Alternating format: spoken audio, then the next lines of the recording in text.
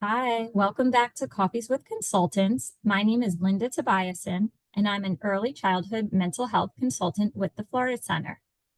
And I'm Alison Macmullen, and I'm also an early childhood mental health specialist with the Florida Center. And we're here to give you parenting tips and tricks in the time it takes to have a cup of coffee. Given that it's the month of love, we wanted to talk to you guys about the five love languages so that way you can love your child best all year round. This concept comes from the book, The Five Love Languages of Children by Dr. Gary Chapman and Dr. Rose Campbell, if you'd like to read up on it further. It's great if you already know this concept for adults, but it's important to know that it looks a little bit different for children. So here are some really important keynotes for that. If your child is under the age of 4, it's highly encouraged to speak all 5 love languages. This way, you're meeting your child's need for love. However, if your child is past the age of 4, still continue to speak all 5 to encourage them to be multilingual and to know how to speak others' love languages as well as yours. You may notice your child preferring or craving one language more than the rest at this point, but still continue to speak all 5 while honing in on their special preference. So, what are they anyways, Linda? The 5 love languages are physical touch, words of affirmation, quality time, gifts, and acts of service. I'm going to start by talking about physical touch. Some studies suggest that parents only touch their children when they're putting them in a car seat or helping them to get dressed, but all children crave physical contact with their caregivers throughout their childhood. A hug communicates love to every child, but if this is your child's love language, it will shout, "I love you" to the child. Physical touch isn't just a hug or a kiss, but it can be any type of contact, holding hands, a pat on the shoulder, or helping a child who had fallen. Physical affection does not feminize boys, but it does keep your son or child's emotional tank full and encourages healthy self-esteem. So if your child's asking for lots of hugs, snuggles, or kisses, this may be their love language. Now I'm going to tell you about words of affirmation. It's important to know that when you're giving words of affirmation, that you're speaking and keeping in mind your tone of voice, speaking with gentleness and an overall sense of emotional warmth and caring. Praise your child's efforts and instead of their results. So, for example, you may say, "You worked so hard on that drawing," instead of saying, "Oh, your drawing is so pretty." Do your best to find moments for genuine praise and try your best to avoid random and infrequent praise, as it may lead your child to feel anxious and assume that something is wrong. If your child's primary love language happens to be words of affirmation, they will be deeply hurt when words you speak or in tone of volume are negative or maybe harsh. It's better to offer positive, loving verbal guidance than speaking negative or shaming words. If your child often asks for feedback, like maybe asking how they did on their drawing or if you like their outfit, maybe their primary love language happens to be words of affirmation. That's great information, Allison. Thank you.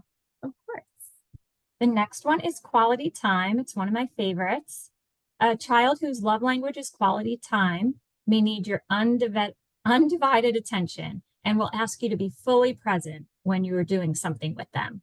Some examples of speaking the love language of quality time can be creating bedtime routines, reading books together, taking walks. And if you find it difficult to find the time to spend with your child who is seeking this, try to schedule it into your calendar. It's really important to kind of meet their need if they have quality time as a love language. Yes, this is my love language too. And I know it can be hard to find that time sometimes, but I promise you it's always worth it. And now I'm going to talk to you a little bit about gifts.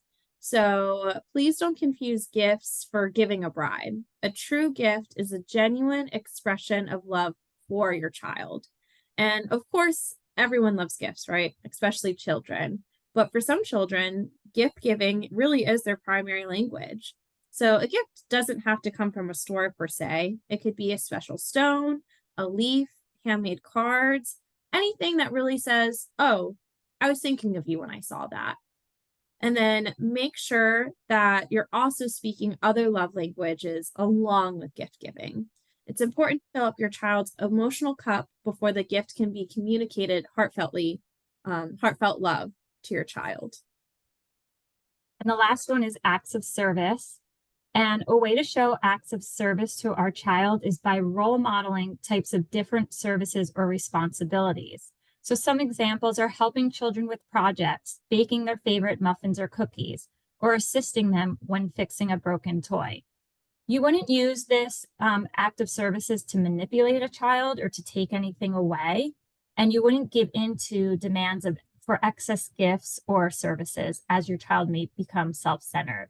But some people do seek assistance or acts of services, and that is their love language. So how can we discover what our child's primary love language is? One way to do that is observing how your child expresses his love to you and to others.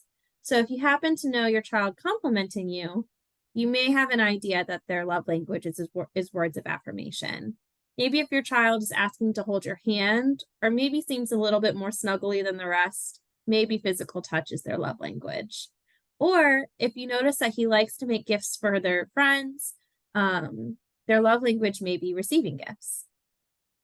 And listening to what your child requests most often can help you figure this out. So if she requests to spend more time with you, she may need quality time. And notice what your child is complaining about. So if your child says, "You've been working too much," this can be a request for more quality time. And I'm going to share my screen really quickly because there's this really great quiz online, actually from the 5lovelanguages.com. If you click on what your love language is, take the chance to find your own. If you have teenagers, you can do it for a teenager, but we're here with early childhood, so this is what we're going to work with. So taking a kid quiz for my child. If you happen to click 8 years or younger, it will prompt you to do more observations for your child. But if you click 9 to 12, you'll actually be able to kind of pick what your child chooses more. So if you see that they would prefer to give a hug or hear that you're terrific, it'll kind of guide you towards the quiz. And at the very end, you'll see the results of what your child's primary love language might be. This is great, Allison. Thank you for sharing that. It's so important to try to figure out what our children's love languages are so that we can meet their needs. And Exactly. yeah, and even for us, right? And for our significant others or other relationships. So we can really try to meet each other's needs with this test. Exactly. Well, thank you guys so much for listening, and we hope you have a great February. If you need anything, you can always reach out to us or go to info@thefloridacenter.org and send us an email. Thanks so much. Bye.